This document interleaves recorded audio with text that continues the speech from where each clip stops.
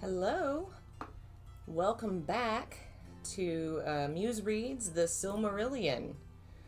We'll give it a few minutes to see who joins us, and then we'll get started on the next chapter.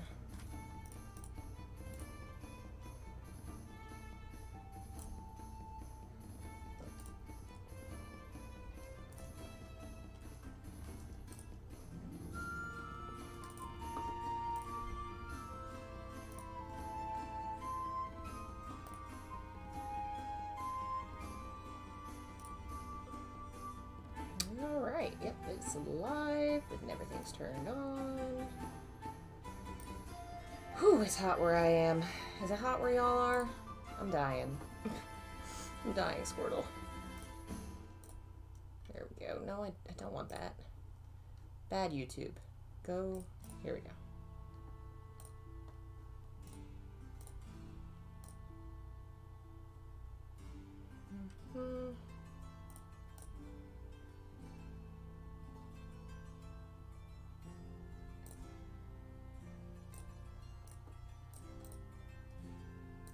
Let's see here. Playlist. There we go.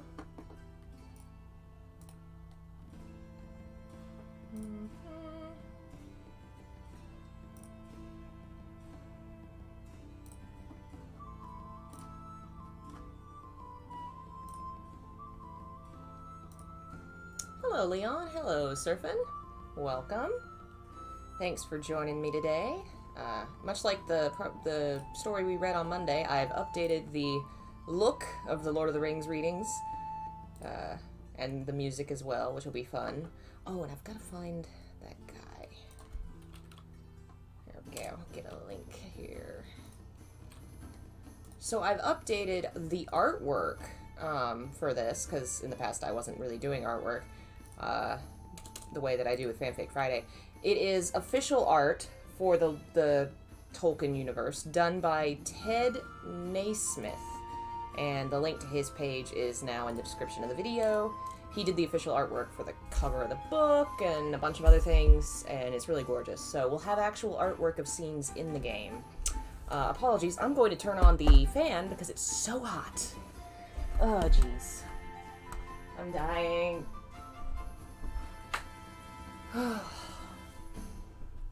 Why must summer exist? I think society has gone beyond the need for summer. Alright, let's minimize that. Hello, Joe, Dot, Clem. Hello, everyone. Oh, jeez. So today, if I don't die of heat, we are reading one of the most famous one of the most famous Tolkien stories of Beren and Luthien. It's a very long one, too. It is a love story, one that meant quite a lot to him. On his gravestone and his wives are the names Beren and Luthien, and parts of the story were inspired by how they met, because they met in a forest, I believe, and that's how these characters meet. It's also got werewolves and vampires and dramatic bard battles between magicians. Like, it's so wild and so great. It's also a story that is later on,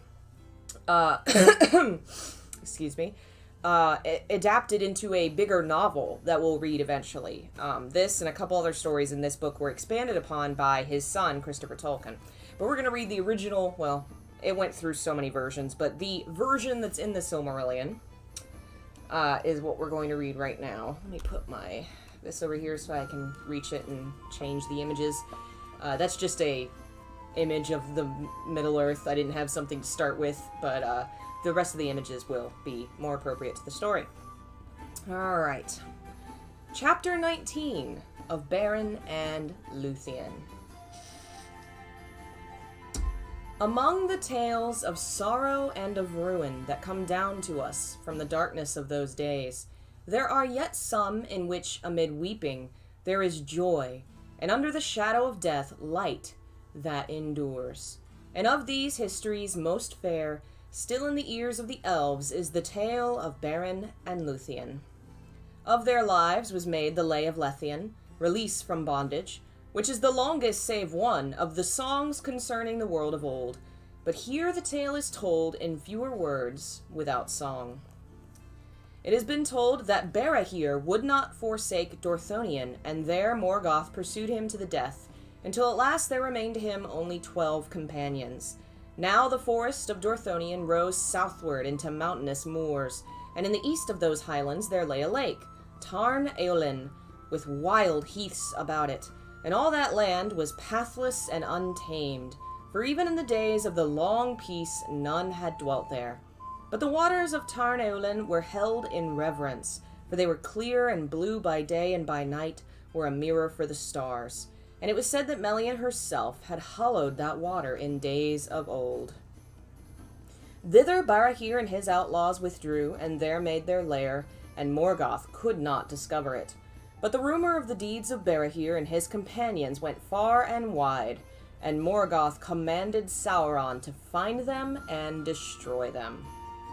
Now among the companions of Barahir was Gorlin, son of Angrim. His wife was named Elinel? Who knows if I'm saying that right? His wife was named Elinel, and their love was great ere evil befell. But Gorlim, returning from war upon the marches, found his house plundered and forsaken, and his wife gone, whether slain or taken he knew not. Then he fled to Barahir, and of his companions he was the most fierce and desperate. But doubt not at his heart. Thank you, phone. Doubt not at his heart. And secretly, where was it? Thinking perhaps Elinel was not dead. At times he would depart alone and secretly, and visit his house that still stood amid the fields and woods he'd once possessed. And this became known to the servants of Morgoth. On a time of autumn he came in the dusk of evening, and drawing near he saw, as he thought, a light in the window. Coming warily he looked within. There he saw Elinel, and her face was worn with grief and hunger, and it seemed to him that he heard her voice lamenting that he had forsaken her. But even as he cried aloud, the light was blown out in the wind. Wolves howled, and on his shoulders he felt suddenly the heavy hands of Sauron's hunters. Thus Gorlim was ensnared, and taking him to their camp they tormented him, seeking to learn the hidings of Barahir and all his ways. But nothing would Gorlim tell. Then they promised him he should be released and restored to Elinel if he would yield, and being at last worn with pain and yearning for his wife, he faltered. Then straightway they brought him into the dreadful presence of Sauron, and Sauron said, I hear now that thou wouldst barter with me. What is thy price? And Gorlim answered that he should find Elinel again, and with her be set free. For he thought that Elinel had also been made captive. Then Sauron smiled, saying, That is a small price to pay for so great a treachery. So shall it surely be. Say on. Now Gorlim would have drawn back, but daunted by the eyes of Sauron, he told at last all he would know. Then Sauron laughed, and he mocked Gorlim, and revealed to him that he had seen only a phantom designed by wizardry to entrap him, for Elinel was dead. None the less, I will grant thy prayer, said Sauron, and thou shalt go to Elinel and be free from my service. Then he put him cruelly to death. Hello, folks joining us, and happy birthday to Shilian. I thought it was actually yesterday, but I guess I was a day off. Too bad we aren't reading that today. In this way, the hiding of Barahir was revealed, and Morgoth drew his net about it. And the orcs, coming in the still hours before dawn, surprised the men of Dorthonion and slew them all, save one. For Beren, son of Barahir, had been sent by his father on a perilous errand to spy upon the ways of the enemy. I'm going to pull this up real quick. Okay. Pulling up my cheat sheet of pictures. There we go. No, go down. Okay. Beren, son of Barahir, had been sent by his father on a perilous errand to spy upon the ways of the enemy, and he was far afield when the lair was taken. But as he slept benighted in the forest, he dreamed that carrion birds sat thick as leaves upon the bare trees beside a mere, and blood dripped from their beaks. Then Beren was aware in his dream of a form that came to him across the water, and it was a wraith of Gorlam, and it spoke to him, declaring his treachery and death, and bade him make haste to warn his father. Then Beren awoke and sped through the night, and came back to the lair of the outlaws on the second morning.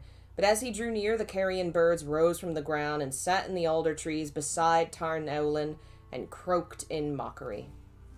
There Beren buried his father's bones, and raised a cairn of boulders above him, and swore upon it an oath of vengeance. First, therefore, he pursued the orcs that had slain his father and his kinsmen, and he found their camp by night at Revel's well above the fen of Serek, and because of his woodcraft he came near to their fire unseen. Then there their captain made boasts of his deeds, and he held up the hand of Barahir that he had cut off as a token for Sauron that their mission was fulfilled, and the ring of Felagund was on that hand. Then Beren sprang from behind a rock and slew the captain, and taking the hand and the ring he escaped, being defended by fate. For the orcs were dismayed and their arrows wild.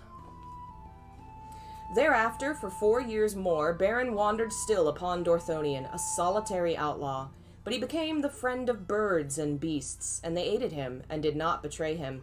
And from that time forth he ate no flesh, nor slew any living thing that was not in the service of Morgoth. He did not fear death, but only captivity, and being bold and desperate he escaped both death and bonds.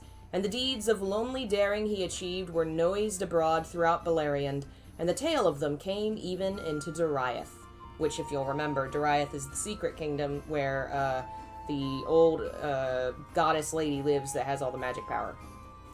At length, Morgoth set a price upon his head, no less than the price upon the head of Fingon, High King of the Noldor.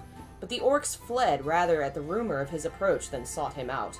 Therefore an army was sent against him under the command of Sauron, and Sauron brought werewolves, fell beasts inhabited by dreadful spirits he had imprisoned in their bodies. All that land was now become filled with evil, and all clean things were departing from it. And Beren was pressed so hard that at last he was forced to flee from Dorthonion. In time of winter and snow he forsook the land and grave of his father, and climbing into the high regions of Gorgoroth, the mountains of terror, he descried afar the land of Doriath.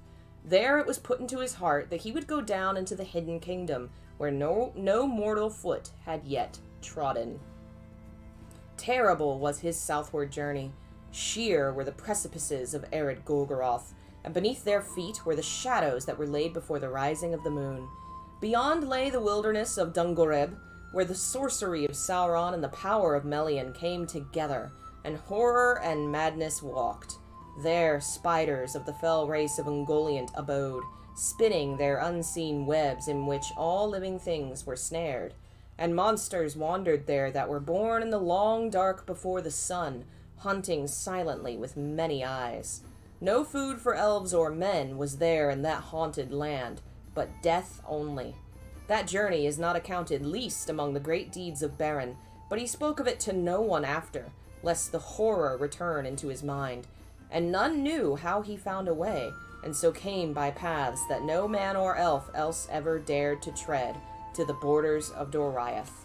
And he passed through the mazes that Melian wove about the kingdom of Thingol, even as she had foretold, for a great doom lay upon him. It is told in the Lay of Luthien that Beren came stumbling into Doriath, grey and bowed as with many years of woe, so great had been the torment of the road. But wandering in the summer woods of Neldareth, he came upon Luthien.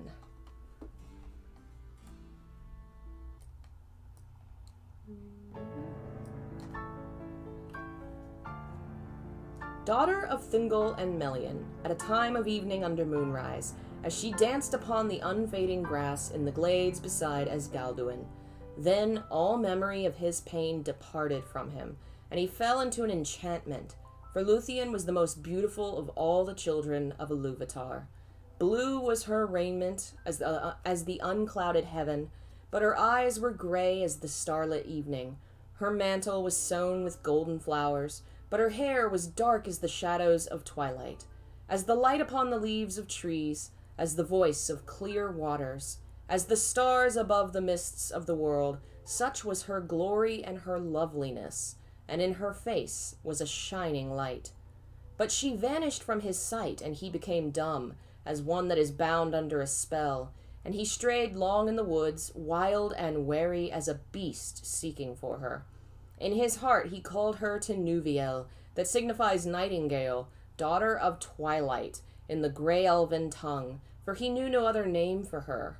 And he saw her afar as leaves in the wind of autumn, and in winter as a star upon a hill, but a chain was upon his limbs. There came a time near dawn on the eve of spring, and Luthien danced upon a green hill, and suddenly she began to sing. Keen, heart-piercing was her song, as the song of the lark that rises from the gates of night, and pours its voice among the dying stars, seeing the sun behind the walls of the world. And the song of Luthien released the bonds of winter, and the frozen waters spoke, and flowers sprang from the cold earth where her feet had passed.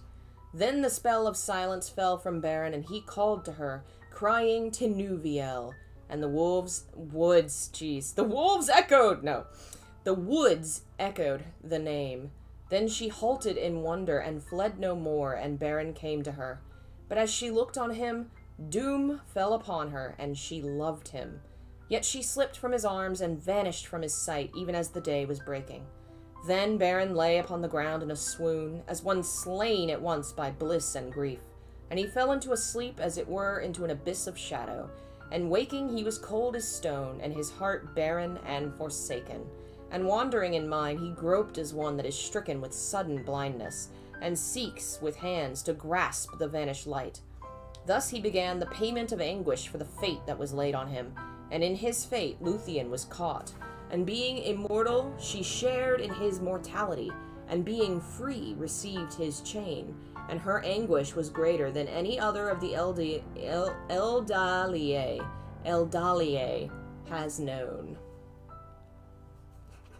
Everyone's joking about her spine. Listen, clearly elves are very limber and don't have spinal columns.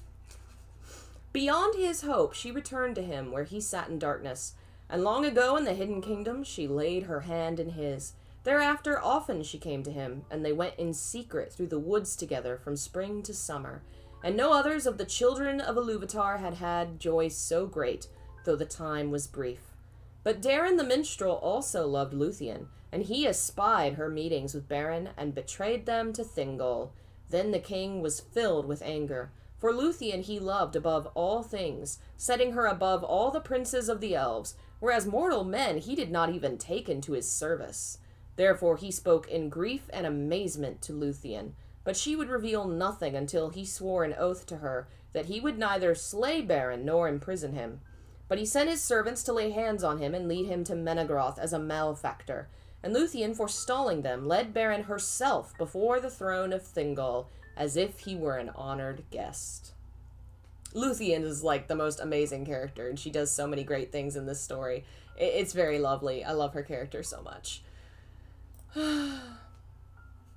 Then Thingol looked upon Beren in scorn and anger, but Melian was silent. These two are her parents, her mom and her dad. Her mom is a Maya, which is like the angel magical person, and her dad is the king of the hidden elves, so she's pretty powerful. "Who are you," said the king, "that come hither as a thief, and unbidden dare to approach my throne?" But Beren, being filled with dread, for the splendor of Menegroth and the majesty of Thingol were very great, answered nothing. Therefore Luthien spoke, and said, "He is Beren, son of Barahir, lord of men, mighty foe of Morgoth, the tale of whose deeds is become a song even among the elves." You know that meme where, like, the woman's standing in front of the guy, and the woman's like, "He ordered it without mustard," and the guy's like, that's this scene. This is this scene right here. I love her. "Let Beren speak," said Thingol. "What would you hear, unhappy mortal? And for what cause have you left your own land to enter this, which is forbidden to such as you? Can you show reason why my power should not be laid on you in heavy punishment for your insolence and folly?" Then Beren, looking up, beheld the eyes of Luthien, and his gaze went also to the face of Melian, and it seemed to him that words were put into his mouth. Fear left him. The pride of the eldest house of men returned to him, and he said, My fate, O king, led me hither, through perils such as few even of the elves would dare, and here I have found what I sought not indeed, but finding I would possess forever. For it is above all gold and silver, and beyond all jewels. Neither rock nor steel, nor the fires of Morgoth, nor all the powers of the elf kingdoms shall keep from me the treasure that I desire. For Luthien, your daughter, is the fairest of all the children of the world. Then silence fell upon the hall, for those that stood were astounded and afraid, and they thought that Beren would be slain. But Thingol spoke slowly, saying, Death you have earned with these words, and death you should find suddenly, had I not sworn an oath in haste, of which I repent, base-born mortal, who in the realm of Morgoth has learned to creep in secret as his spies and thralls. Then Beren answered, Death you can give me earn or unearned, but the names I will not take from you of base-born, nor spy, nor thrall. By the ring of Felagund that he gave to Barahir my father on the battlefield of the north, my house has not earned such names from any elf, be he king or no. His words were proud, and all eyes looked upon the ring, for he held it now aloft, and the green jewels gleamed there that the Noldor had devised in Valinor. For this ring was like twin serpents, whose eyes were emeralds, and their heads met beneath a crown of golden flowers, that the one upheld and the other devoured. That was the badge of Finarfin and his house. Then Melian leaned to Thingol's side, and in whispered counsel bade him forego his wrath. For not by you, she said, shall Beren be slain, and far and free does his fate lead him in the end, yet it is wound with yours. Take heed. But Thingol looked in silence upon Luthien, and he thought in his heart, Unhappy men, children of little lords and brief kings, shall such as these lay hands on you and yet live? Then breaking the silence, he said, I see the ring, son of Barahir, and I perceive that you are proud and deem yourself mighty. But a father's deeds, even had his service been rendered to me, avail not to win the daughter of Thingol and Melian. See now, I too desire a treasure that is withheld. For rock and steel and the fires of Morgoth keep the jewel that I would possess against all the powers of the elf kingdoms. Yet I hear you say that bonds such as these do not daunt you. Go your way, therefore. Bring to me in your hand a Silmaril from Morgoth's crown, and then, if she will, Luthien may set her hand in yours. Then you shall have my jewel, and though the fate of Arda lie within the Silmarils, yet you shall hold me generous. Dun dun dun. Thus he wrought the doom of Doriath, and was ensnared within the curse of Mandos. And those that heard these words perceived that Thingol would save his oath, and yet send Beren to his death. For they knew that not all the power of the Noldor, before the siege was broken, had availed even to see from afar the shining Silmarils of Fëanor, for they were set in the Iron Crown, and treasured in Angband above all wealth, and Balrogs were about them, and countless swords, and strong bars, unassailable walls, and the dark majesty of Morgoth.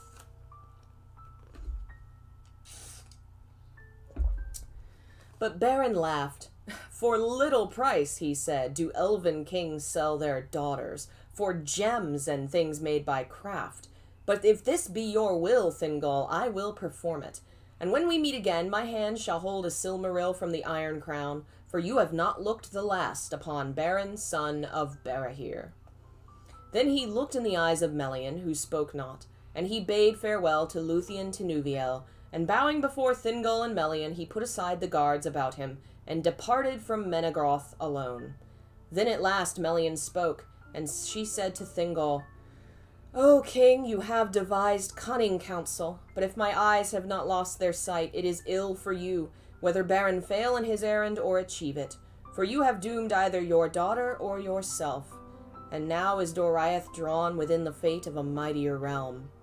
But Thingol answered, I sell not to elves or men those whom I love and cherish above all treasure, and if there were hope or fear that Beren should come back ever alive to Menegroth, he should not have looked again upon the light of heaven, though I had sworn it. But Luthien was silent, and from that hour she sang not again in Doriath. A brooding silence fell upon the woods, and the shadows lengthened in the kingdom of Thingol. It is told in the Lay of Luthien that Beren passed through Doriath unhindered, and came at last at length to the region of the Twilight Mares and the fens of Sirion.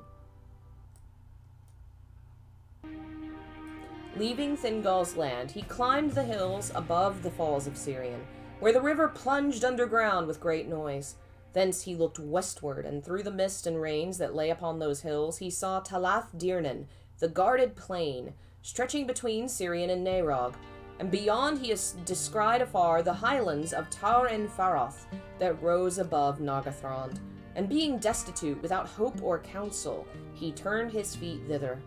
Upon all that plain the elves of Nargothrond kept unceasing watch, and every hill upon its borders was crowned with hidden towers, and through all its woods and fields archers ranged secretly and with great craft.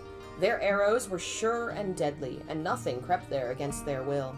Therefore, ere Beren had come far upon his road, they were aware of him, and his death was nigh. But knowing his danger, he held ever aloft the ring of Felagund, and though he saw no living thing, because of the stealth of the hunters, he felt that he was watched, and cried often aloud, "I am Beren, son of Barahir, friend of Felagund. Take me to the king." Therefore the hunters slew him not, but assembling, they waylaid him, and commanded him to halt. But seeing the ring, they bowed before him, though he was in evil plight, wild and way-worn.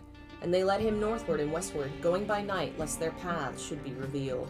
For at that time there was no ford or bridge over the torrent of Naerog before the gates of Nargothrond. But further to the north, where Ginglith joined Naerog, the flood was less, and crossing there and turning again southward, the elves led Beren under the light of the moon to the dark gates of their hidden halls. The fun thing to think about while reading this is the fact that Beren lived in the wilderness for 4 years, and that's it. He's been in the wilderness for 4 years, and he probably stinky, and, and he's just hanging out with all these pretty elves, covered in dirt and mud. Oh, I love it. Thus Beren came before King Finrod Felagund, and Felagund knew him, needing no ring to remind him of the kin of Beor and of Barahir. This is the only image I could find of Felagund, that's him playing the harp there. Behind closed doors they sat, and Beren told of the death of Barahir and all that had befallen him in Doriath, and he wept, recalling Luthien and their joy together. But Felagund heard his tale in wonder and disquiet, and he knew that the oath he had sworn was come upon him for his death, as long before he had foretold to Galadriel. Remember that Beren's father Barahir saved Finrod's life in the war, which is why he gave the ring. And so he's saying, well, now his son is called upon me, and it's my turn to aid him, and I have foreseen my death in this. He spoke then to Beren in heaviness of heart. It is plain that Thingol desires your death, but it seems that this doom goes beyond his purpose, and that the oath of Fëanor is again at work. For the Silmarils are cursed with an oath of hatred, and he that even names them in desire moves a great power from slumber. And the sons of Fëanor would lay all the elf kingdoms in ruin rather than suffer any other than themselves to win or possess a Silmaril, for the oath drives them. And now Celegorm and Carufin are dwelling in my halls, and though I, Finarfin's son, am king, they have won a strong power in the realm and lead many of their own people. They have shown friendship to me in every need, but I fear that they will show neither love nor mercy to you, if your quest be told. Yet my own oath holds, and thus we are all ensnared.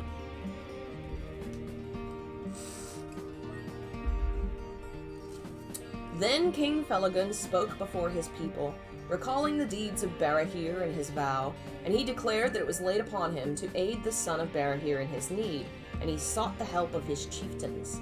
Then Celegorm arose amid the throng, and drawing his sword he cried, "Be he friend or foe, whether demon of Morgoth or elf, or child of men, or any other living thing in Arda, neither law, nor love, nor league of hell, nor might of the Valar, nor any power of wizardry shall defend him from the pursuing hate of Fëanor's sons, if he take or find a Silmaril and keep it. For the Silmarils we alone claim until the world ends. Many other words he spoke, as potent as were long before in Tyrion the words of his father that first inflamed the Noldor to rebellion. And after Celegorm, Carúfin spoke, more softly but with no less power, conjuring in the minds of the elves a vision of war and the ruin of Nargothrond. So great a fear did he set in their hearts that never after until the time of Turin would any elf of that realm go into open battle, but with stealth and ambush, with wizardry and venomed dart, they pursued all strangers, forgetting the bonds of kinship. Thus they fell from the valor and freedom of the elves of old, and their land was darkened. And now they murmured that Finarfin's son was not as a Vala to command them, and they turned their faces from him.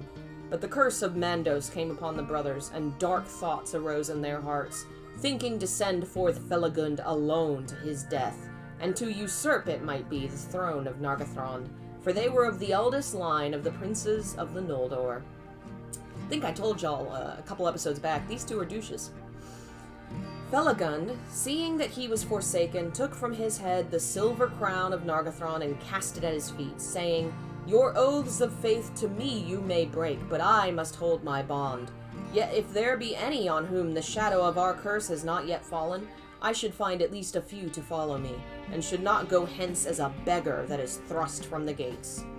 There were 10 that stood by him, and the chief of them, who was named Yggdrasil, stooping lifted the crown, and asked that it be given to a steward until Felagund returned. "For you remain my king and theirs," he said, "whatever betide." Then Felagund gave the crown of Nargothrond to Orodreth, his brother, to govern in his stead, and Celegorm and Carúfin said nothing, but they smiled and went from the halls. On an evening of autumn, Felagund and Beren set out from Nargothrond with their 10 companions, and they journeyed beside Nerog to his source in the falls of Ivrin. Beneath the shadowy mountains they came upon a company of orcs, and slew them all in their camp by night, and they took their gear and their weapons. By the arts of Felagund, their own forms and faces were changed into the likenesses of orcs, and thus disguised they came far upon their northward road, and ventured into the western past, between Ered Wethrin and the highlands of Tar Nufuin. But Sauron in his tower was ware of them, and doubt took him, for they went in haste, and stayed not to report their deeds, as was commanded to all the servants of Morgoth that passed that way. Therefore he sent to waylay them and bring them before him. It's unfortunate that little things like paperwork are gonna mess up their little trap. Is the Curse of Mandos a metaphor or a magical thing? Both. It's a metaphor for the fact that anyone that really cares that much about pride and gold and gems is going to be selfish and mean and bad, but it's also like a magical curse that causes anyone to have a Silmaril to have bad luck. Which is why Beren, who is not being selfish and doesn't want it for himself, is still gonna get in trouble because of the Silmaril. Thus befell the contest of Sauron and Felagund, which is renowned. For Felagund strove with Sauron in songs of power, and the power of the king was very great. But Sauron had the mastery, as was told in the Lay of Luthien. He chanted a song of wizardry, of piercing, opening, treachery, revealing, uncovering, betraying. Then sudden Felagund, there swaying, sang in answer a song of staying, resisting, battling against power, of secrets kept, strength like a tower, trust unbroken, freedom escape, of changing and of shifting shape, of snares eluded, broken traps, the prison opening, the chain that snaps. Backwards and forwards swayed their song, reeling and foundering as ever more strong. The chanting swelled, Felagund fought, and all the magic and might he brought of Elvenessi into his words. Softly in the gloom they heard the birds, singing afar in Nargothrond, the sighing of the sea beyond the western world on sand of pearls in elven land. Then the gloom gathered, darkness growing, in Valinor the red blood flowing, beside the sea where the Noldor slew the foam riders, and stealing drew their white ships with their white sails. From lamplit havens the wind wails, the wolf howls, the ravens flee, the ice mutters in the mouths of the sea. The captives sad and Angband mourn, thunder rumbles, the fire burn, and Finrod fell before the throne. They just had a music battle, which is awesome. Sad that Finrod lost, but I want that to be in a movie or something. I need this to exist. Bard fight! Sauron stripped from them their disguise, and they stood before him naked and afraid. But though their kinds were revealed, Sauron could not discover their names or their purposes. He cast them, therefore, into a deep pit, dark and silent, and threatened to slay them cruelly, unless one would betray the truth to him.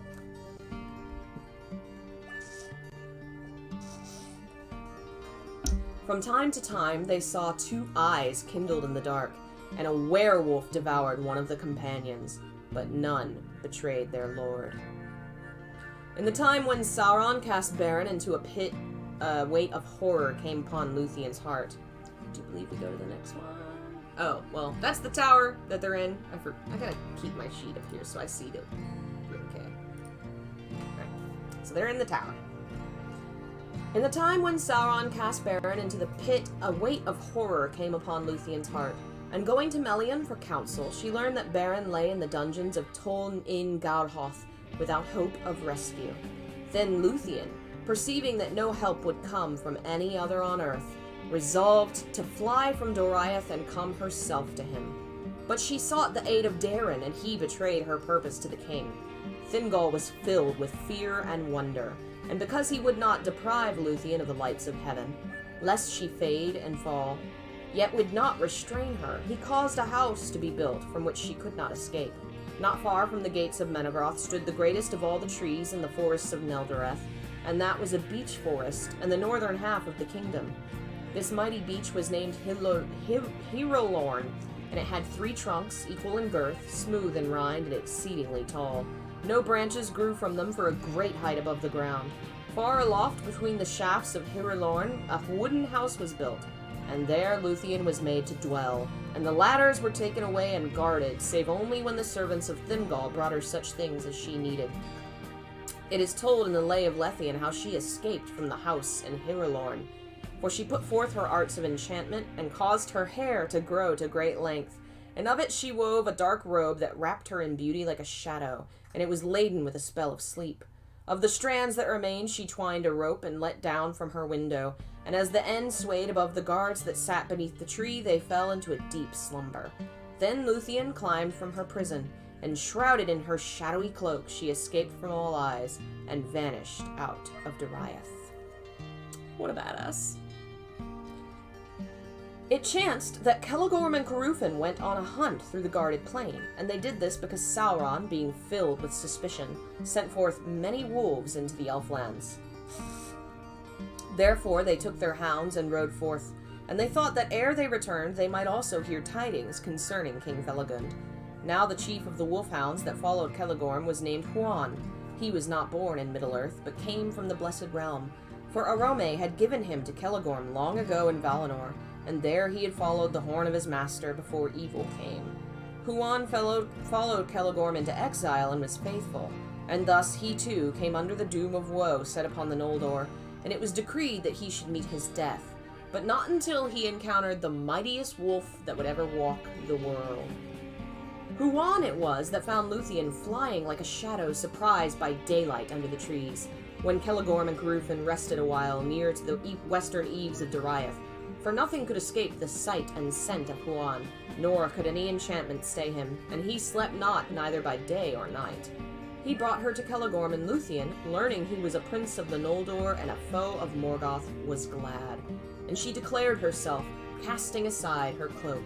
So great was her sudden beauty revealed beneath the sun that Celegorm became enamored of her, but he spoke her fair, and promised she would find help in need, if she returned with him now to Nargothrond. By no sign did he reveal that he knew already of Beren and the quest of which she told, nor that it was a matter which touched him near. Thus they broke off the hunt and returned to Nargothrond, and Luthien was betrayed, for they held her fast and took away her cloak, and she was not permitted to pass the gates or to speak with any save the brothers, Celegorm and Corufin. For now, believing that Beren and Felagund were prisoners beyond hope of aid, they proposed to let the king perish, and to keep Luthien, and force Thingol to give her hand to Celegorm. great guys, right? Don't you just want to root for them to die?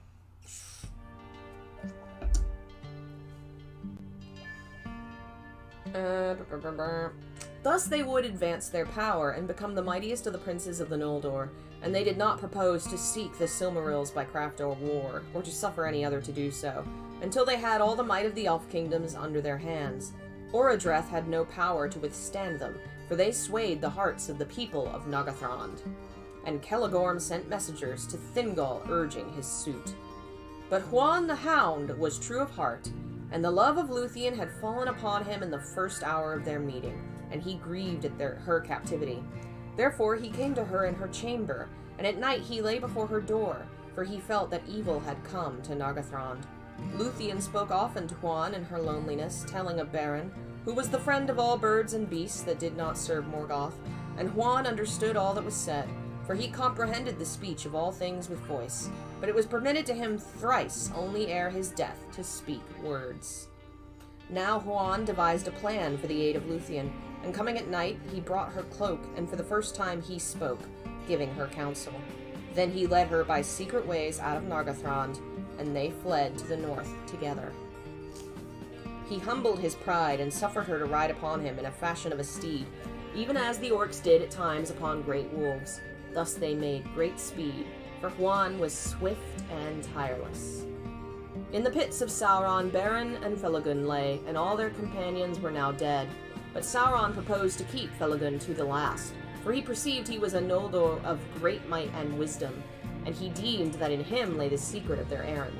But when the wolf came for Beren, Felagund put forth all his power and burst his bonds, and he wrestled with the werewolf and slew it with his hands and teeth, yet he himself was wounded to the death. Then he spoke to Beren, saying, I go now to my long rest in the timeless halls behind the seas and the mountains of a man. It will be ere long I am seen among the Noldor again, and it may be that we shall not meet a second time in death or life, for the fate of our kindreds are apart. Farewell. He died then in the dark, in Tol in Gaurhoth, whose great tower he himself had built. Thus King Finrod Felagund, fairest and most beloved of the house of Finwë, redeemed his oath, but Beren mourned beside him in despair. What a great character. I'm so sad about him. In that hour Luthien came, and standing upon the bridge that led to Sauron's Isle, she sang a song that no walls of stone could hinder. Beren heard, and he thought that he dreamed, for the stars shone above him, and in the trees nightingales were singing. And in answer he sang a song of challenge that he had made in praise of the seven stars, the sickle of the Valar that Varda hung above the north as a sign for the fall of Morgoth. Then all strength left him, and he fell down into darkness. But Luthien heard his answering voice, and she sang a song of greater power. The wolves howled and the isle trembled. Sauron stood in the high tower, wrapped in his black thought. But he smiled, hearing her voice, for he knew it was the daughter of Melian. The fame of the beauty of Luthien and the wonder of her song had gone forth from Dariath, and he thought to make her captive and hand her over to the power of Morgoth, for his reward would be great. Therefore he sent a wolf to the bridge, but Huan slew it silently. Still Sauron sent others one, and one by one Huan took them by the throat and slew them. Then Sauron sent Droglin, a dread beast, old and evil, Lord and Sire of the werewolves of Angband. His might was great, and the battle of Huan and Droglin was long and fierce. Yet at late... Geez, my voice is catching on me. This story is literally the first self-insert fanfic, and because it's Tolkien, it's utterly awesome. I agree with you that it's utterly awesome and one of my favorite stories he's written, but the first self-insert fanfic is Dante's Inferno. At length, Droglin escaped, and fleeing back into the tower, he died there at Sauron's feet. And as he died, he told his master, Huan is there! Now Sauron knew well, as did all in that land, that fate that was decreed for the Hound of Valinor, and it came into his thought that he himself should accomplish it. Therefore he took upon himself the form of a werewolf, and made himself the mightiest that had walked the world, and came forth to win the passage of the bridge. So great was the horror of his approach that Huan leapt aside, Then Sauron sprang upon Luthien, and she swooned before the menace of the fell spirit in his eyes and the foul vapor of his breath.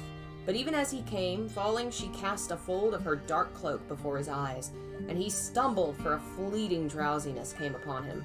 Then Huan sprang.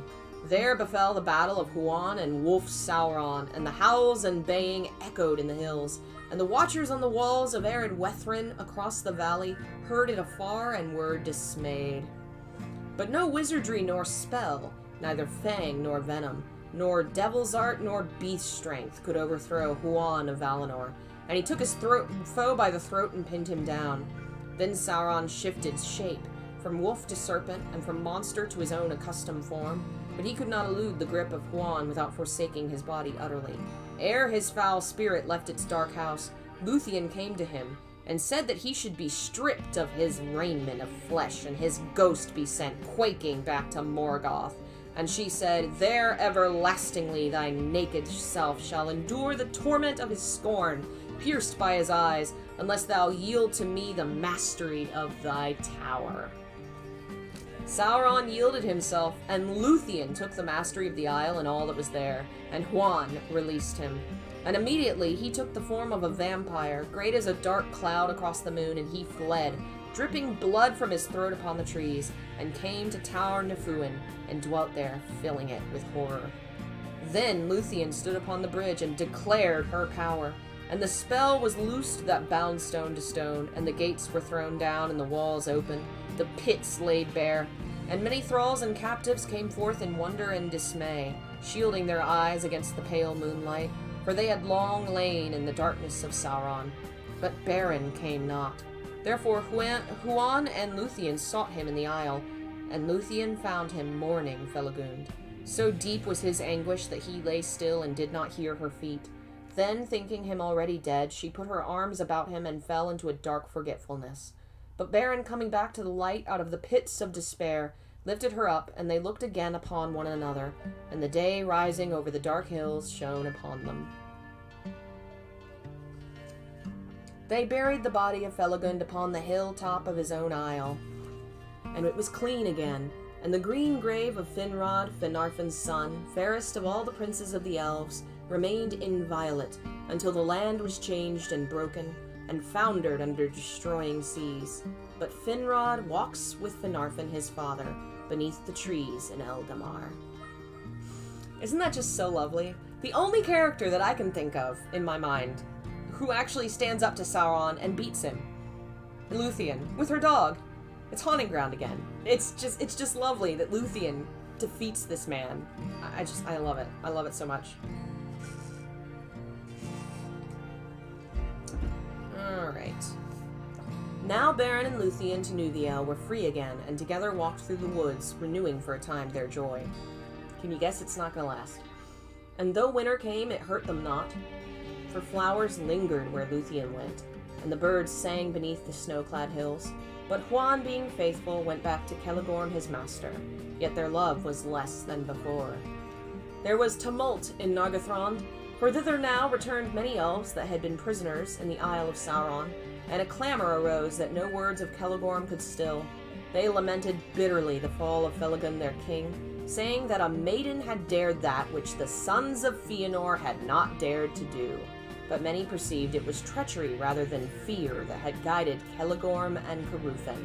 Therefore the hearts and people of Nargothrond were released from their dominion, and turned again to the house of Finarfin, and they obeyed Orodreth. But he would not suffer them to slay the brothers as some desired, for the spilling of kindred blood by kin would bind the curse of Mandos more closely upon them all. Bye, Phil. Thanks for joining us.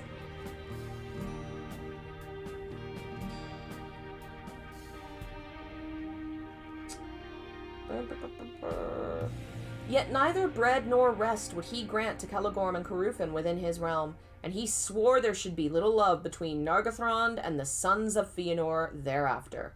"Let it be so," said Celegorm, and there was a light of menace in his eyes, but Caruthen smiled. Then they took the horse and rode away like fire. They took horse and rode away like fire, to find if they might this sentence is messing me up. Then they took horse and rode away like fire to find, if they might, their kindred in the east. Sometimes he could just say things so much easier. But none would go with them, not even those that were of their own people, for all perceived that the curse lay heavily upon the brothers, and evil followed them. In that time, Celebrimbor, son of Carufin, repudiated the deeds of his father, and remained in Nargothrond. Yet Huan still followed the horse of Celegorm, his master. Northward they rode, for they intended in their haste to pass through Dimbar, and along the north marches of Doriath, seeking the swiftest road to Himring, where Maedhros their brother dwelt. And still they might hope with speed to traverse it, since it lay close to Doriath's borders, shunning Narn Dargothreb and the distant menace of the Mountains of Terror.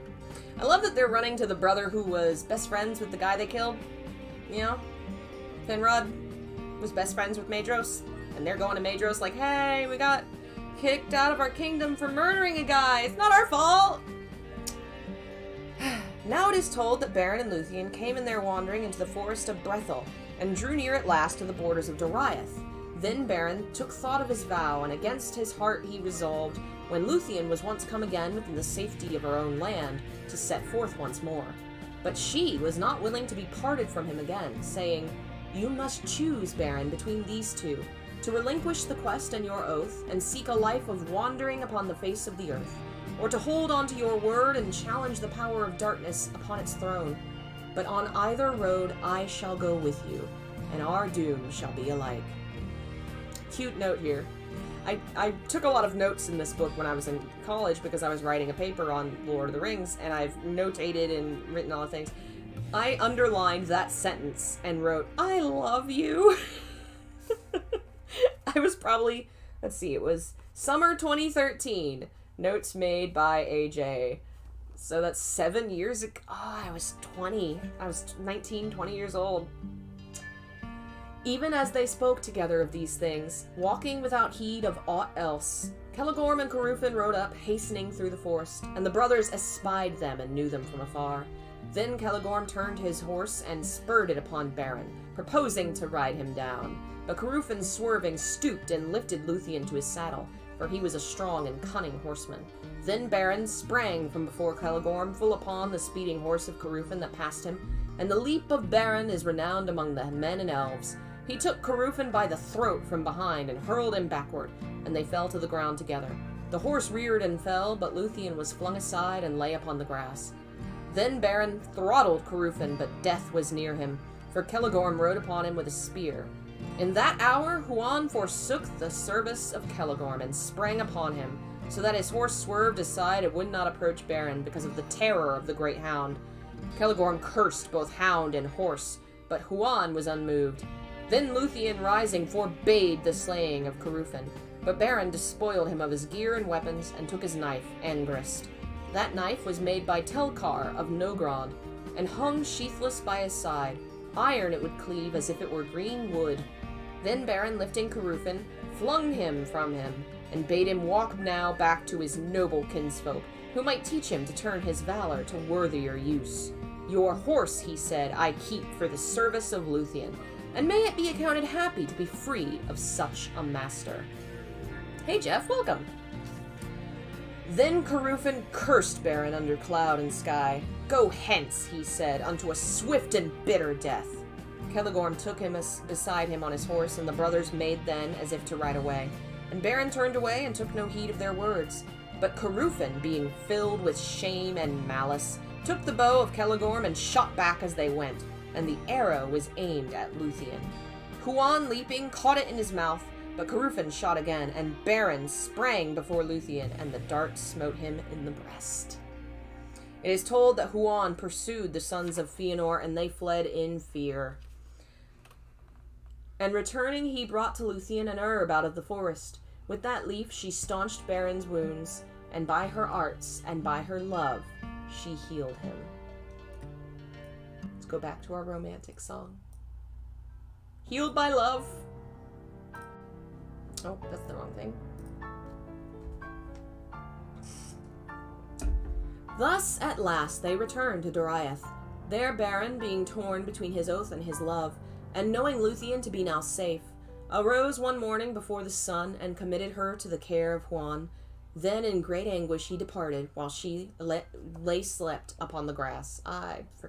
She yet slept upon the grass. He rode northward again with all speed to the pass of Sirion, and coming to the skirts of Tar Nifuin, he looked out among the waste of Why does he do this to me? Anfaudlith, and saw afar the peaks of Thangorodrim. There he dismissed the horse of Carufin, and bade it leave now dread and servitude, and run free upon the green grass in the lands of Sirion. Then, being alone, and upon the threshold of the final peril, he made the song of parting, in praise of Luthien and the lights of heaven, for he believed that he must now say farewell to both love and light. Of that song these words were part. Farewell, sweet earth and northern sky, forever blessed, since here did lie, and here with lissom limbs did run, beneath the moon, beneath the sun, Luthien Tinuviel, more fair than mortal tongue can tell. Though all to ruin fell the world, and were dissolved and backward hurled, unmade into the old abyss, yet were its making good for this, the dawn, the dusk, the earth, the sea, that Luthien for a time should be. And he sang aloud, caring not what ear should hear him, for he was desperate, and looked for no escape. But Luthien heard his song, and she sang in answer, and she came through the woods unlooked for Huan, consenting once more to be her steed, had borne her swiftly hard upon Beren's trail. Long he had pondered in his heart what counsel he could devise for the lightening of the peril of these two whom he loved. He turned aside, therefore, at Sauron's Isle as they ran northward again, and he took thence the ghastly wolf-hame of Drauglin and the bat-fell of... He took thence the ghastly wolf-hame of Drauglin, which I guess means female wolf. Oh, bye, Surfin. Thanks for joining us. The bat-fell of Thuringwethil. She was the messenger of Sauron, and was wont to fly in vampire's form to Angband, and her great-fingered wings were barbed at each joint with an iron claw. Clad in these dreadful garments, Huan and Luthien ran through Tar Nifuin, and all things fled before them. So she disguised herself as a vampire bat. Beren, seeing their approach, was dismayed, and he wondered, for he had heard the voice of Tinuviel, and he thought it now a phantom for his ensnaring. But they halted and cast aside their disguise, and Luthien ran towards him. Thus Beren and Luthien met again between the desert and the wood. For a while he was silent and was glad, but after a space he strove once more to dissuade Luthien from her journey. Thrice now I curse my oath to Thingol, he said, and I would that he had slain me in Menegroth, rather than I should bring you under the shadow of Morgoth. Then for the second time Huan spoke with words, and he counselled Beren, saying, From the shadow of death you can no longer save Luthien, for by her love she is now subject to it. You can turn from your fate and lead her into exile, seeking peace in vain while your life lasts. But if you will not deny your doom, then either Luthien, being forsaken, must assuredly die alone, or she must with you challenge the fate that lies before you, hopeless yet not certain. Furthermore, counsel I cannot give, nor may I go further on your road, but my heart forebodes that what you find at the gate I shall myself see. All else is dark to me, yet it may be that our three paths lead back to Doriath, and we may meet before the end. Then Beren perceived that Luthien could not be divided from the doom that lay upon them both, and he sought no longer to dissuade her. By the counsel of Huan and the arts of Luthien, he was arrayed now in the hame of Drauglin, and she in the wingfeld of God, this word's so hard to say. Thuringwethil. Beren became in all things like a werewolf to look upon, save that in his eyes there shone a spirit grim indeed, but clean, and horror was in his glance as he saw upon his flank a bat-like creature clinging with creased wings. Howling under the moon, he leapt down the hill, and the bat wheeled and flittered above him. They passed through all perils, until they came with the dust of their long and weary road upon them to the drear dale that lay before the gate of Angband. Black chasms opened beside the road, whence forms as of writhing serpents issued. We should probably go back to something dramatic and not romantic. We're about to fight monsters. On either hand, the cliffs stood as embattled walls, and upon them sat carrion fowl, crying with fell voices. Before them was the impregnable gate, an arch wide and dark at the foot of the mountain. Above it reared 1,000 feet of precipice. There dismay took them, for at the gate was a guard of whom no tidings had yet gone forth. Rumor of he knew not what designs abroad among the princes of elves had come to Morgoth, and ever down the aisle of the forest was heard the baying of Huan, the great hound of war, whom long ago the Valar had unleashed. Then Morgoth recalled the... I'm sure I didn't skip a page. Dismay took them for a gate. No, that sentence was just confusing. For at the gate was a guard of whom no tidings had gone forth, rumor of he knew not what designs abroad. Okay, I guess they're just saying they didn't know about this guard. Well, thank you, Jeff. I'm glad you like it. It won't always... I don't know. Not all the stories, I think, are going to have as much artwork, but this is all official art from the card game and from the book covers. There's a link. You can look at all the art. It's very pretty. It's in the description. Morgoth recalled the doom of Huan, and he chose one from among the whelps of the race of Draughlin, and he fed him with his own hand upon living flesh, and put his power upon him. Swiftly the wolf grew until he could creep into no den, but lay huge and hungry before the feet of Morgoth. There the fire and anguish of hell entered into him, and he became filled with a devouring spirit, tormented, terrible, and strong. Let me figure out how I'm going to say this. Karchkaroth, the Red Maw he is named in the tales of those days, and Anfalglir, the jaws of thirst. And Morgoth set him to lie unsleeping before the doors of Angband, lest Huan come. Now Karkaroth espied them from afar, and he was filled with doubt. For news had long been brought to Angband that Draughlin was dead. Therefore, when they approached, he denied them entry and bade them stand, and he drew near them with menace, scenting something strange in the air about them. But suddenly some power, descended from from the divine race, possessed Luthien, and casting back her foul raiment, she stood forth, small before the might of Karkaroth, but radiant and terrible. Lifting up her hand, she commanded him to sleep, saying, "O woe-begotten spirit, fall now into dark oblivion, and forget for a while the dreadful doom of life." And Karkaroth was felled as though lightning had smitten him. That's how I go to sleep every night. Forget for a while the dreadful doom of life. Then Beren and Luthien went through the gate, and down... Oh, jeez. Oh, man, let's see here. My voice is giving out on me, and there's still like 4 pages? Okay, we could totally finish this today. I'm just gonna have to pop one of these. Ah, my weak voice. Why must you do this to me? Right when we're getting to the action. We have, like, probably 30 minutes left. Yeah. And let me pull back up my cheat sheet while I'm thinking of it. We are now to the part where, okay, we're about to have a fight. Beren and Luthien went through the gate and down the labyrinthine stairs, and together wrought the greatest deed that has ever been dared by men or elves. For they came to the seat of Morgoth in his nethermost hall, that was upheld by horror, lit by fire, and filled with weapons of death and torment. There Beren slunk in wolf's form beneath his throne, but Luthien was stripped of her disguise by the will of Morgoth, and he bent his gaze upon her. She was not daunted by his eyes, and she named her own name and offered her service to sing before him, after the manner of a minstrel. Then Morgoth, looking upon her beauty, conceived in his heart conceived an evil lust, and a design more dark than any that had yet come into his heart since he fled from Valinor.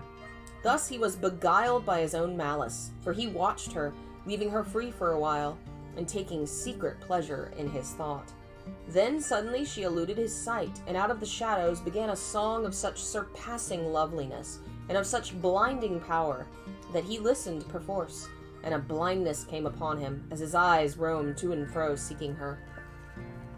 All his court were cast down in slumber, and all the fires faded and were quenched.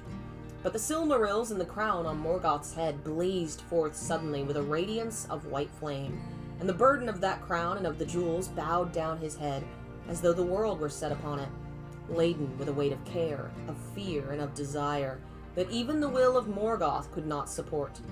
Luthien, catching up her winged robe, sprang into the air, and her voice came dropping down like rain into pools, profound and dark. She cast her cloak before his eyes and set upon him a dream, dark as the outer void where once he walked alone. Suddenly he fell, as a hill sliding in avalanche, and hurled like thunder from his throne lay prone upon the floors of hell. The iron crown rolled echoing from his head. All things were still. As a dead beast, Beren lay upon the ground, but Luthien, touching him with her hand, aroused him, and he cast aside the wolf-hane. Then he drew forth the knife Angrist, and from the iron claws that held it, he cut a Silmaril. As he closed it in his hand, the radiance welled through his living flesh, and his hand became as a shining lamp. But the jewel suffered his touch and hurt him not. It came then into Beren's mind that he would go beyond his vow, and bear out of Angband all 3 of the jewels of Fëanor. But such was not the doom of the Silmarils. The knife Angrist snapped, and a shard of the blade flying smote the cheek of Morgoth. He groaned and stirred, and all the host of Angband moved in sleep. Then terror fell upon Beren and Luthien, and they fled, heedless and without disguise, desiring only to see the light once more. They were neither hindered nor pursued, but the gate was held against their going out, for Carcharoth had arisen from sleep and stood now in wrath upon the threshold of Angband. Before they were aware of him, he saw them and sprang upon them as they ran. Luthien was spent, and she had not time nor strength to quell the wolf. But Beren stood forth before her, and in his right hand he held aloft the Silmaril. Carcharoth halted, and for a moment was afraid. "Get you gone and fly," cried Beren, "for here is a fire that shall consume you and all evil things." And he thrust the Silmaril before the eyes of the wolf.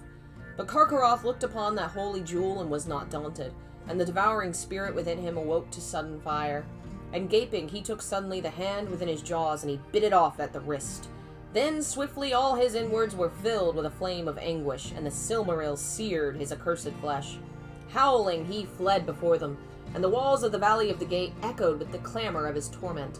So terrible did he become in his madness that all the creatures of Morgoth that abode in that valley, or were upon any of the roads that led thither, fled far away.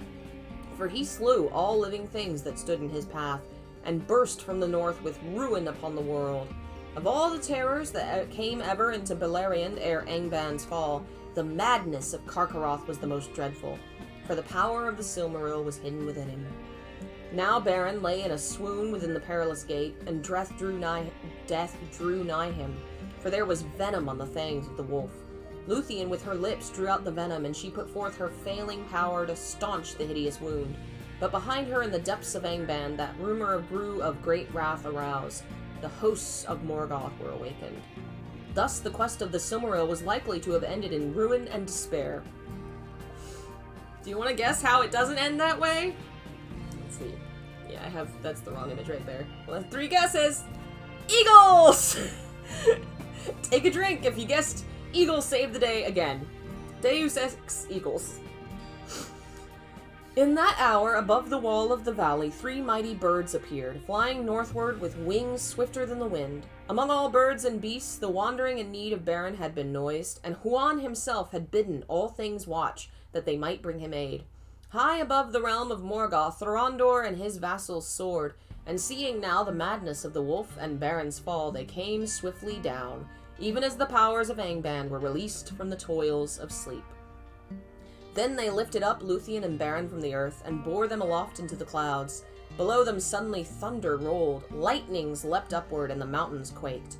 Fire and smoke belched forth from Thangordrim, and flaming bolts were hurled far abroad, falling ruinous upon the lands. And the Noldor and Hithlum trembled. But Thorondor took his way far above the earth, seeking the high roads of heaven, where the sun day-long shines unveiled, and the moon walks amid the cloudless stars. Thus they passed swiftly over Dor Nufoglith, and over Tower Nifuin, and came above the hidden valley of Tumladen. No cloud nor mist lay there, and looking down, Luthien saw far below, as a white light starting from a green jewel, the radiance of Gondolin, the fair where Turgon dwelt. But she wept, for she thought that Beren would surely die. He spoke no word, nor opened his eyes, and knew thereafter nothing of his flight.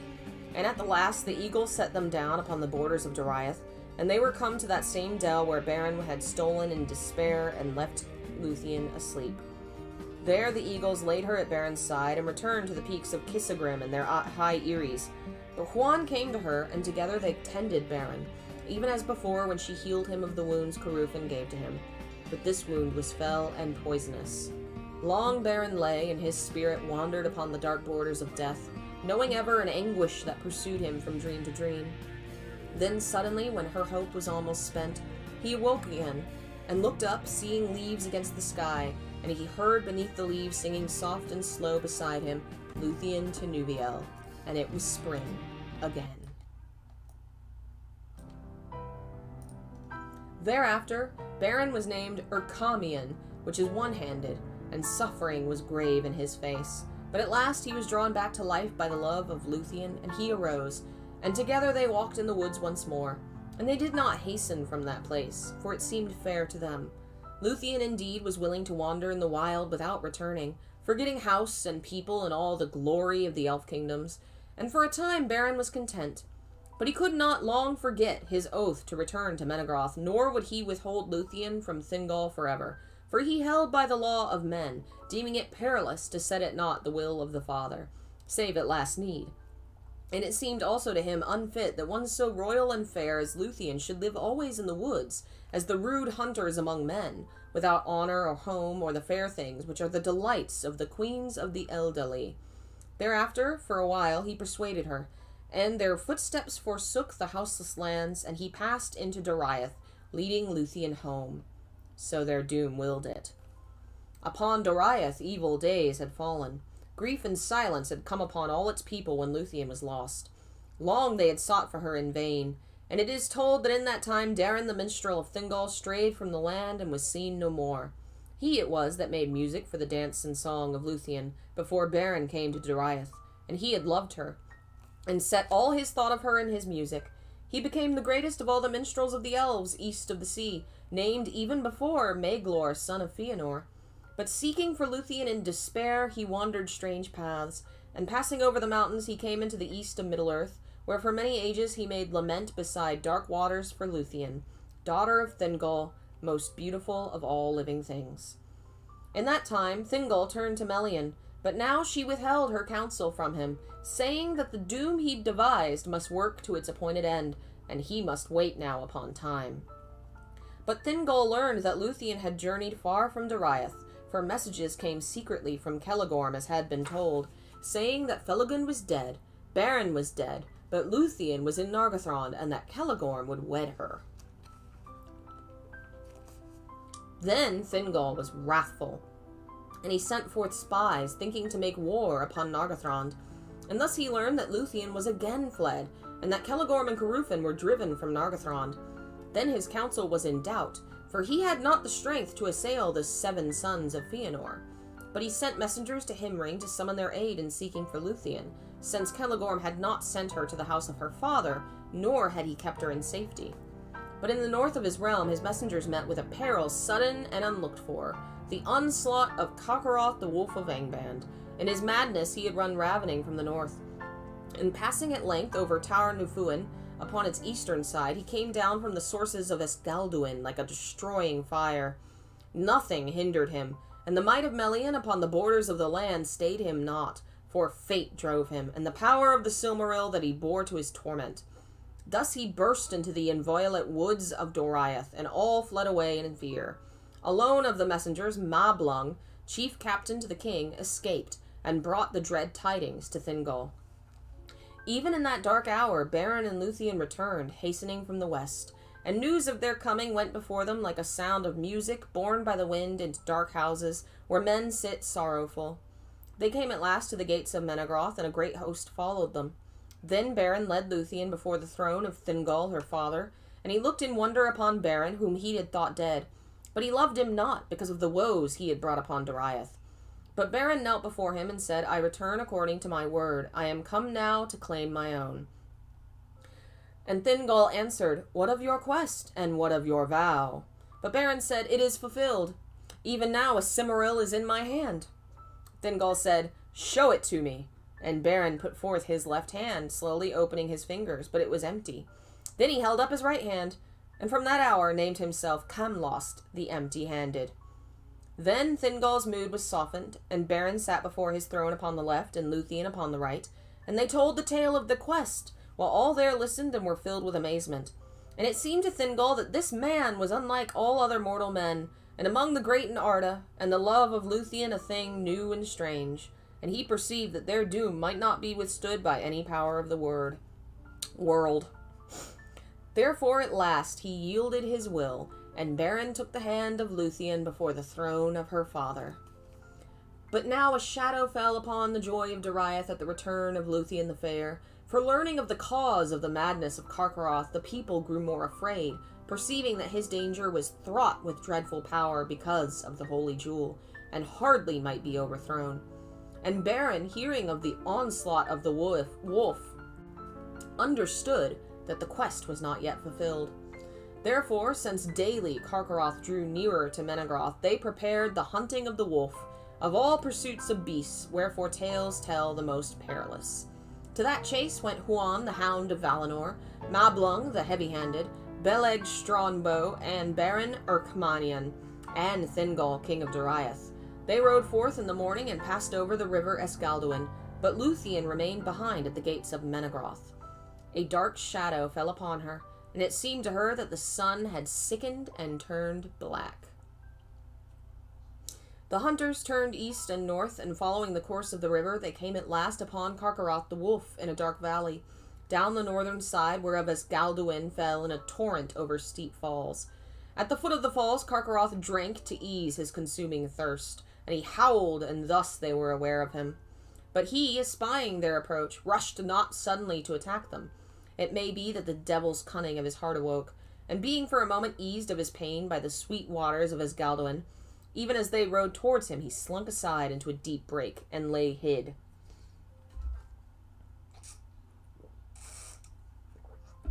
But they set a guard above the place, and waited, and the shadows grew long in the forest. Beren stood beside Thingol, and suddenly they were aware that Huan had left their side. There was a great baying in the thicket, for Huan, becoming impatient and desiring to look upon this wolf, had gone in alone to dislodge him. But Carcharoth avoided him, and bursting from the thorns, leapt suddenly upon Thingol. Swiftly Beren strode before him with a spear, but Carcharoth swept it aside and felled him, biting at his breast. In that moment, Huan leapt from the thicket upon the back of the wolf, and they fell together fighting bitterly. And no battle of wolf and hound has been like to it. For in the baying of Huan was heard the voice of the horns of Arome and the wrath of the Valar, but in the howls of Carcharoth was the hate of Morgoth, and malice crueler than teeth of steel. And the rocks were rent by their clamor and fell from on high, choked the falls of Escalduin. There they fought to the death, but Thingol gave no heed, for he knelt by Beren, seeing he was sorely hurt. Huan in that hour slew Carcharoth, but there in the woods of Doriath his own doom, long spoken, was fulfilled, and he was mortally wounded.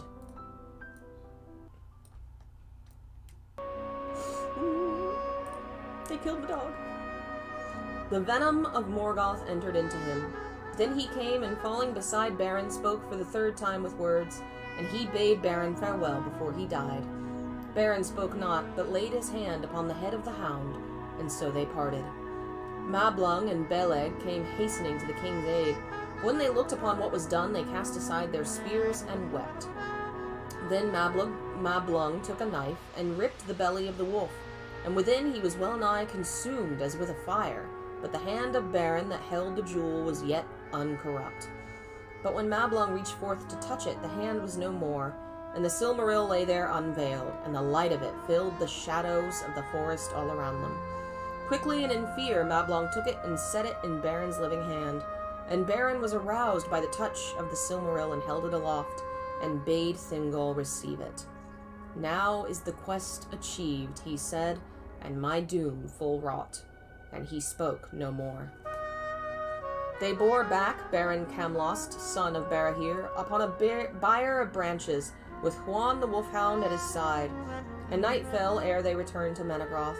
At the feet of Hirelorn, the great beach, Luthien met them, walking slow, and bore touches beside the bear. There she set her arms around Beren and kissed him, bidding him await her beyond the western sea. And he looked upon her eyes ere the spirit left him. But the starlight was quenched, and darkness had fallen, even upon Luthien to Nuviel. Thus ended the quest of the Silmaril, but the lay of Luthien does not end. For the spirit of Beren at her bidding tarried in the halls of Mandos, unwilling to leave the world, until Luthien came to say her last farewell upon the dim shores of the outer sea, whence men that die set out never to return. But the spirit of Luthien fell down into darkness, and at last it fled, and her body lay a flower that is suddenly cut off and lies for a while unwithered on the grass. Then a winter, as it were the hoar age of mortal men, fell upon Thingol. But Luthien came to the halls of Mandos, where are the appointed places of the elderly. Beyond the mansions of the west upon the confines of the world, there those that wait sit in the shadow of their thought. But her beauty was more than their beauty, and her sorrow deeper than their sorrows. And she knelt before Mandos, and sang to him. The song of Luthien before Mandos was the song most fair that ever in words was woven, and the song most sorrowful that ever the world shall hear. Unchanged, imperishable, it is sung still in Valinor beyond the hearing of the world, and listening the Valar are grieved. For Luthien wove two themes of words, the sorrow of the Eldar and the grief of men, of the two kindreds that were made by Ilúvatar to dwell in Arda, the kingdom of earth amid the innumerable stars. And as she knelt before him, her tears fell upon his feet like rain upon the stones. And Mandos was moved to pity, who never before was so moved, nor has been since. Therefore he summoned Beren, and even as Luthien had spoken in the hour of his death, they met again beyond the western sea. But Mandos had no power to withhold the spirits of men that were dead within the confines of the world after their time of waiting, nor could he change the fates of the children of Ilúvatar. He went therefore to Manwë, lord of the Valar, who governed the world under the hand of Ilúvatar. And Manwë sought counsel in his innermost thought, and there the will of Ilúvatar was revealed. These were the choices he gave to Luthien. Because of her labors and her sorrow, she should be released from Mandos and go to Valimar, there to dwell until the world's end among the Valar, forgetting all griefs that her life had known. Thither Beren could not come, for it was not permitted to the Valar to withhold death from him, which is the gift of Ilúvatar to men. But the other choice was this, that she might return to Middle-earth and take with her Beren, there to dwell again, but without certitude of life or joy. Then she would become mortal and subject to a second death even as he, and ere long she would leave the world forever, and her beauty become only a memory in song. This doom she chose, forsaking the blessed realm, and putting aside all claim to kinship with those that dwell there, that thus whatever grief might lie in wait, the fates of Beren and Luthien might be joined, and their paths lead together beyond the confines of the world. So it was that alone of the elderly she has died indeed, and left the world long ago. Yet in her choice the two kindreds have been joined, and she is the forerunner of many in whom the Eldar see yet, though all the world is changed, the likeness of Luthien the beloved, whom they have lost. And they got to live one more time, happily ever after, sort of, kind of. What a lovely story. I can't wait to read the actual novelization of it, which is like this big. I can't wait to see how all that stuff is pulled, drawn out, and given more weight. I think that might be what we read next after this, because I'm just excited. It's going to be great. But thank you all for joining me. This one was a little longer than normal, but yeah, that was just fantastic. I love that story so much. It delights me. The music, so many musical battles, so much of the male character being allowed to be vulnerable and the female character allowing to be powerful, and it's just very romantic and sweet, and I love it. As much as Tolkien's stories don't really hinge on romance the way some fantasies do, the romances that he touches upon are very sweet, very, very lovely. Next week we'll continue the story. In a bit, probably 5-ish, I will be starting Shadow Hearts, which is going to be fun. If you enjoyed this and you want to support my work, consider being a patron. We're $5 away from our $100 goal, and then I'm going to read some Silent Hill fanfic aloud, which is going to be horrible. Join the Discord if you want to hang out and play games and watch movies and do cool stuff. And follow me on social media to keep up to date with new things. That's everything for right now. Ignoring Akatsuki, thank you all, and I will see you later.